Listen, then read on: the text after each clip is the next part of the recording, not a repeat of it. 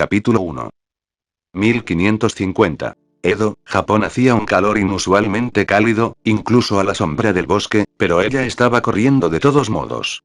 El sudor le resbalaba por la espalda entre los omóplatos y se le humedecían los ojos. Los árboles la empujaban de derecha a izquierda y sus tobillos protestaban cada vez que sus pies golpeaban el duro suelo del bosque, pero no se detuvo. Ella no podía parar. La puntada de su costado se estaba volviendo insoportable rápidamente. ¿Cuántas veces había dejado que Inuyasha la llevara? ¿O Kirara? Ahora estaba pagando por ello. El medio demonio y el gato de fuego no estaban por ningún lado en el momento en que necesitaba correr más rápido. Su pecho estaba a punto de estallar por el dolor. Tenía las piernas en llamas y la mucosidad de la sed extrema se acumulaba en su boca. Pero ni siquiera podía gritar. ¿Quién podía oírla de todos modos? Ella debe estar tan lejos de ellos ahora. Aún así, tenía que intentarlo, antes de haber gastado toda su energía. Inuyasha. Ella croó. Tragó e hizo una mueca cuando su hombro se estrelló con fuerza contra un árbol. Inuyasha. Gritó de nuevo.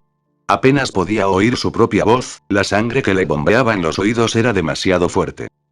A lo lejos, 4 pequeñas formas bailaban a través de las copas de los árboles. Se estaban burlando de ella, lo sabía. Podrían haberla superado hace mucho tiempo. Solo podía esperar que su confianza le diera la oportunidad de atraparlos. Para detenerlos. Para matarlos. Ella solo quería recuperar la joya. Por lo menos por 4ª vez, se maldijo a sí misma dentro de su cabeza. ¿Cómo pudo haber sido tan tonta? Se suponía que debía proteger al Shikon no Tama, el Shikon no Tama completo y que concede deseos. Solo lo había tenido durante unos días. Su pierna vendada y los moretones que decoraban su cuerpo eran prueba suficiente de que había pasado por una batalla feroz recientemente. Podía sentir los puntos en su muslo aflojarse mientras corría, y sabía que las tiras blancas de tela alrededor de su pierna pronto florecerían con sangre fresca. Muy pronto se quedaría sin energía, sangrando y en medio de la nada. Y si sobrevivía, si de alguna manera lograba evitar dibujar a un youkai hambriento con el olor de sangre fresca a los pocos minutos de colapsar, sabía que Inuyasha la mataría. Durante 4 años habían trabajado para completar la joya, y la batalla final estaba fresca en sus mentes. Narako había muerto tan recientemente que todos estaban de acuerdo en que no podían bajar la guardia. Después de todo, tenía la costumbre de sobrevivir a lo imposible. Y tan pronto como comenzó a sentirse cómoda, esto sucedió. Ella había permitido que 4 pequeños monos maliciosos le quitaran la joya de sus propios dedos. Sí. Inuyasha la mataría. También lo harían los demás, para el caso. Habían perdido tanto para llegar a este punto. La tumba de Kohaku todavía olía a tierra recién removida. Delante de ella, el Shikon no Tama se detuvo y casi lloró de alivio. Sabía que se avecinaba una batalla, pero al menos podía dejar de correr. Y todo lo que necesitaba era una oportunidad, para tocar a esos monos ladrones. Había aprendido a controlar sus poderes bastante bien durante los últimos años, y su frustración era más que suficiente para alimentar una purificación cuádruple. Los árboles se estaban ralentizando y podía oír el correr del agua. Piedras planas y lisas se deslizaron bajo sus pies cuando llegó a la orilla del río y miró al otro lado. El demonio más pequeño estaba al otro lado, mirándola jadear y limpiarse el sudor de su frente. Sostenía la joya en sus manos diminutas y nudosas. Dio un paso adelante y dejó que el agua del río se filtrara en sus zapatos. «Devuélvemelo», jadeó. Las palabras apenas habían salido de su boca cuando sintió un escozor en la mejilla izquierda y cayó al agua. Las piedras del lecho del río cortaron su mano extendida, y se golpeó el codo mientras rodaba hacia atrás para evitar caer de cara al río helado. Por el rabillo del ojo, vio a la compañía de monos reuniéndose en la orilla opuesta. Se sentó en el agua fría por un momento, aturdida y tratando de recuperar el aliento. El youkai tampoco se movió, y miró hacia arriba justo a tiempo para ver el brillo de una barrera que los rodeaba. Ella estuvo confundida por un momento, fácilmente podrían haberla dejado atrás y ahorrarse la molestia de la magia engañosa. Entonces se dio cuenta de que ella no era la amenaza. Hubo un pequeño chapoteo a su izquierda y vio un destello de cabello plateado. Pero no rojo. El recién llegado se movió como un borrón con el canto de una espada que se desenvainaba llenando el bosque. Fue solo cuando el metal gimió contra la barrera de la compañía que se dio cuenta de a quién estaba mirando. Sesomaru. El Taiyoukai la miró a medias antes de volverse hacia la bien protegida familia de monos. Kagome se puso de pie, goteando agua y sudor. Probablemente apestaba, ofendiendo sus delicados sentidos, pero no le importaba. La barrera apenas se ondulaba bajo los ataques de Sessoumaru. Necesitamos la Tetsusaiga. Instó, mientras Tokijin se deslizaba ineficazmente contra la barrera una vez más. Él la miró con más detenimiento y ella notó que el líder de la compañía ahora sostenía la joya y murmuraba sobre ella. No tenían tiempo para Tetsusaiga. Ella se tambaleó hacia adelante, con las manos extendidas. No. Ella lloró. No lo hagas. No puedes. Sessoumaru no rehuyó cuando sus dedos comenzaron a brillar. Golpeó de nuevo con su espada, ignorando la discordante reverberación que envió por el brazo que le quedaba. Kagome llegó estrellándose al otro lado de la barrera, golpeando sus palmas planas contra ella. Así como el Taiyoukai tenía que confiar en que ella no lo purificaría, ella tenía que confiar en que él no la cortaría por la mitad. Era un remanente de su breve e incómoda tregua, pero de repente se sintió tan aliviada de que él estuviera aquí con ella. Y con solo la barrera entre ellos, pusieron todas sus fuerzas detrás de sus ataques. El calor de sus poderes de purificación se extendió por el claro mientras los sonidos de los golpes de Tokijin rebotaban entre los árboles. La barrera comenzó a agrietarse, se estremeció bajo su ataque combinado. ¡Para! Gritó de nuevo. El líder levantó sus ojos de inteligencia sobrenatural hacia los de ella, y a Kagome le sorprendió la idea de que estas criaturas no eran lo que ella pensaba. Una oleada de miedo recorrió su espalda mientras seguía golpeando la barrera. Ella no podía entender los ruidos rasposos que provenían de su boca llena de colmillos, pero la joya estaba comenzando a brillar y le sorprendió lo horrible e irónica que era toda la situación. Todo ese trabajo para esto. No podía terminar aquí. Inuyasha. Gritó de nuevo, desesperada. Bajó las manos de nuevo, justo cuando Tokijin chocó con la barrera del otro lado, y toda la brillante burbuja se hizo añicos. Los monos chillaron cuando ella se acercó a ellos. Sus manos se cerraron alrededor de las manos del líder mono y la piedra preciosa dentro de ellas justo cuando la joya explotó con una luz deslumbrante. Kagome sintió que la arrojaban hacia atrás y el dolor agudo que comenzaba en la coronilla de su cabeza, bajaba hasta los dedos de los pies. Luego no sintió nada durante bastante tiempo. Tenía un labio gordo, se dio cuenta al despertar. Y, le dolía todo el cuerpo. Se quedó tumbada un momento para hacer un balance de sus extremidades y sus heridas y decidió que, a pesar del dolor persistente, estaba en bastante buena salud. No se rompió nada. Sus heridas no estaban llenas de sangre ni nada más perturbador. No era nada que algunos analgésicos y una semana en casa no pudieran arreglar.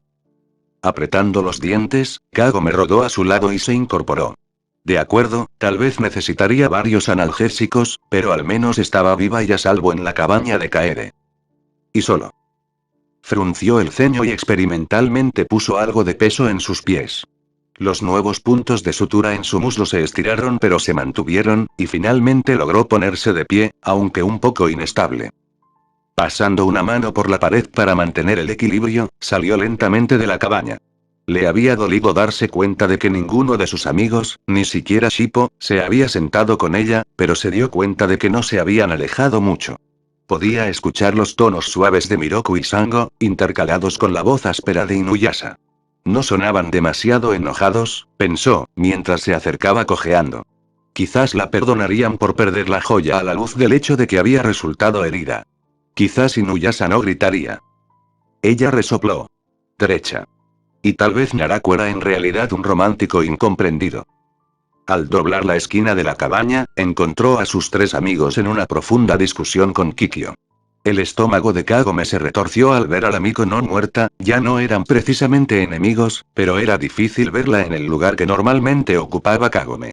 Era comprensible que Inuyasha la llamara, ya que ella no estaba exactamente en la mejor forma para ir tras la joya, pero esta potencial confrontación iba a ser 1000 veces más difícil con Kikyo cerca.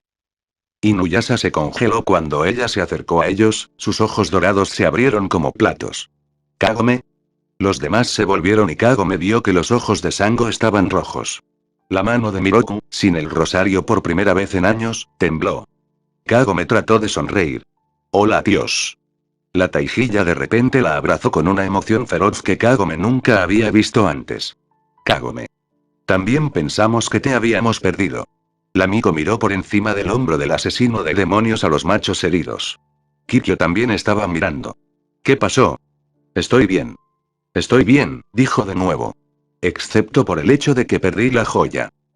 Perder la joya pero retenerte, Kagome, es más de lo que pensamos que podríamos pedir, dijo Miroku. Sacudió la cabeza mientras Sango se apartaba de mala gana. No entiendo. ¿No estás enojado conmigo? Ella preguntó. Estamos enojados con los bastardos que intentaron matarte, gruñó Inuyasha, cruzando sus brazos. Sus orejas se aplastaron contra su cabeza. No es tu culpa que te hayan robado la joya, agregó en voz baja. Kagome dio un paso adelante para asegurarle lo contrario cuando Kikyo habló. Estabas cerca de la muerte, murmuró, y Kagome entendió que la Miko no muerta estaba sorprendida, no disgustada, por ese hecho. Un escalofrío se instaló en sus huesos. Estoy bien, susurró. Me sorprende que puedas pararte. Estábamos hablando de cómo Inuyasha le diría a tu madre si murieras, dijo Sango. Estábamos seguros de que lo harías. Te habías golpeado la cabeza con tanta fuerza, Kagome. Estabas tan pálida y no te despertabas. Casi te partiste el cráneo. Su mano flotó hasta la parte posterior de su cabeza y, por primera vez, Kagome sintió la sangre seca en su cabello. Quizás Sesomaru, se mordió el labio y se estremeció. La idea de que el Taiyoukai usara a Tenseiga en ella era de alguna manera más aterradora que la sensación de sangre bajo las yemas de sus dedos. Sesomaru se había ido, dijo Inuyasha con el ceño fruncido. Él te dejó allí. También los demonios mono, respondió Kagome. Miroku enderezó sus hombros. ¿Demonios mono? ¿Fueron los Youkai que robaron la joya? ¿Y el señor Sesomaru no pudo derrotarlos? Kagome negó con la cabeza. Tenían una especie de barrera. Nos tomó a los dos romperla, y cuando lo hicimos, ya habían usado el deseo. Explotó y me arrojaron hacia atrás. Ella levantó los ojos hacia Lanzhou, pero él no le devolvió la mirada. Lo siento mucho, dijo. Inuyasha hizo un suave sonido de frustración y cambió su peso inquieto. No importa, murmuró. Estás bien. La joya se ha ido. No, no lo es, dijo Kikyo. Se supone que la joya solo desaparecerá si alguien usó su deseo con un propósito desinteresado. Sin duda, el Youkai lo usó para sus propios propósitos egoístas. El Shikon no Tama está contaminado permanentemente ahora y sigue siendo poderoso. Hubo un silencio incómodo. ¿Cuál era el deseo? Preguntó Sango.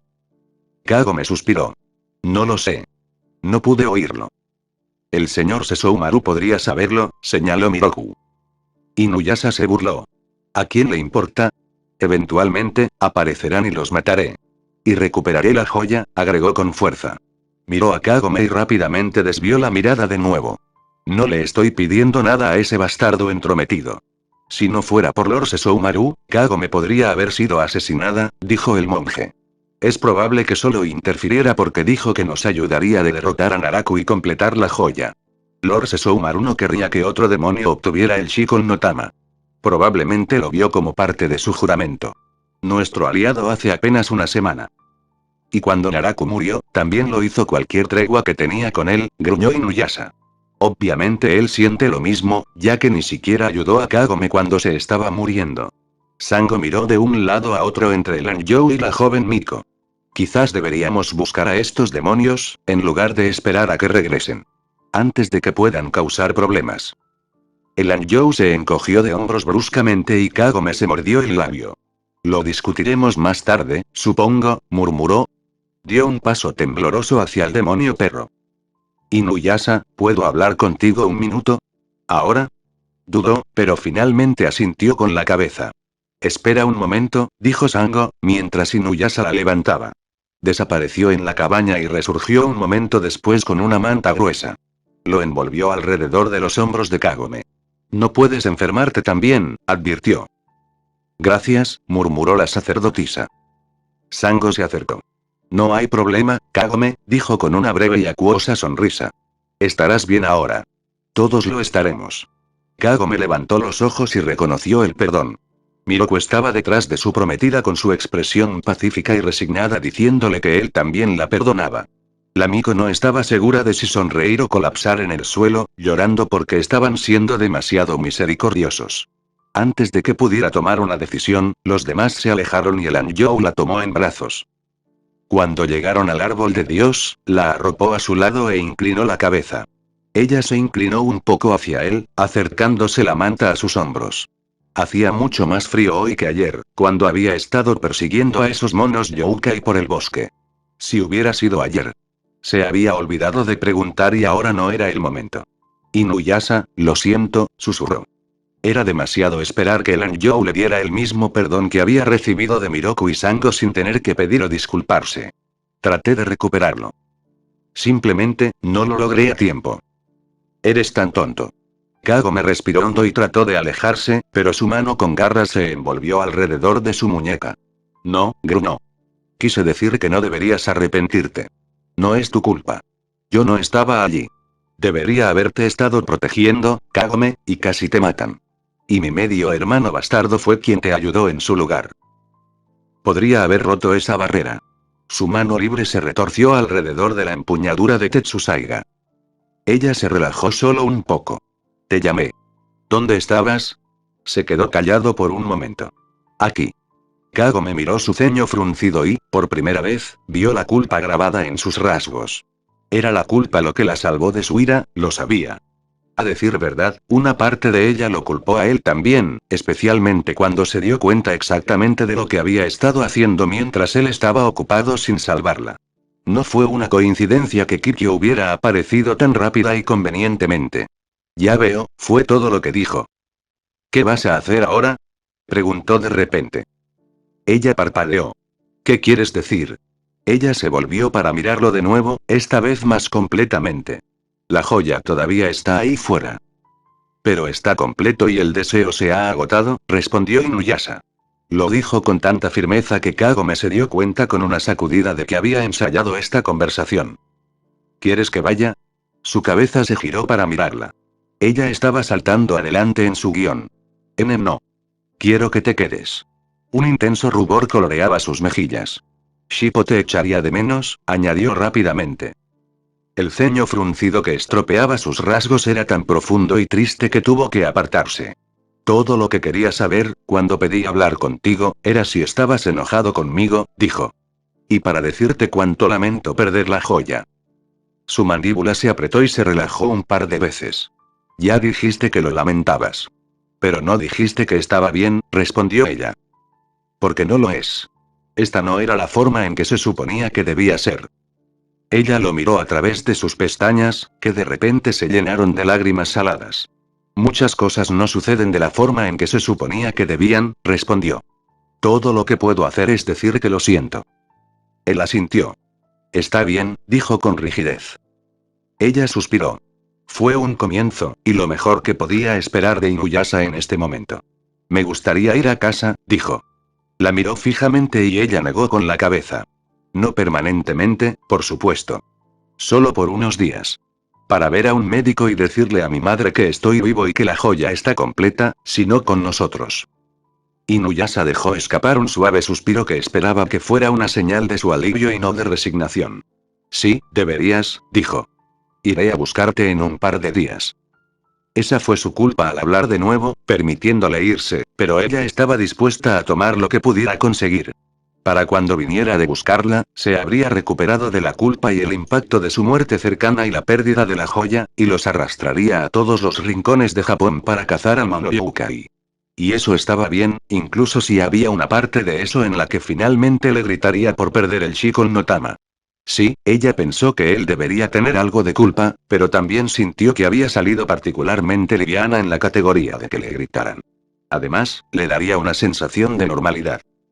Se puso de pie lentamente, usando su hombro como apoyo y quitándose la manta. ¿Vas a ir ahora? Preguntó, volviendo la cara para mirarla. Bueno, ¿cuándo más? Realmente debería ir a un médico más pronto que tarde. Tal como están las cosas, él se preguntará por qué no fui a verlo inmediatamente después de golpearme la cabeza, señaló. Él asintió con la cabeza una vez antes de que un ceño fruncido se extendiera por sus rasgos. Kagome, comenzó, ¿alguna vez has podido viajar a través del pozo sin la joya? No. ¿Recuerda esa vez que presionaste? Se calló cuando el color desapareció de su rostro. Oh no. Y ella se fue corriendo de nuevo. Casi de inmediato, se sintió enferma, como si su cerebro y su estómago estuvieran chapoteando dentro de ella. El brazo de Inuyasha se envolvió alrededor de su cintura en un momento y la cargó los últimos metros. No te pongas peor, gruñó, saltando graciosamente por encima del borde del pozo y hacia sus profundidades. Enterró la cabeza en su hombro. No puedo mirar, sollozó mientras flotaban en el aire. Pero ella lo sintió aterrizar. Un trino de miedo la atravesó cuando se dio cuenta de que no había sido suficiente, que él no había respondido y que no la estaba tranquilizando. Sus garras se apretaron alrededor de su cintura, enganchándose en su ropa. Respiró hondo y aún podía oler el aire fresco del exterior en lugar del olor a humedad del interior de la casa del pozo. Y aún así mantuvo la cabeza gacha y los ojos cerrados. Inuyasha se quedó quieto por un largo momento, sus músculos moviéndose levemente debajo de ella mientras respiraba. Kagome, no necesitaba oírle decirlo. Ella se echó a llorar.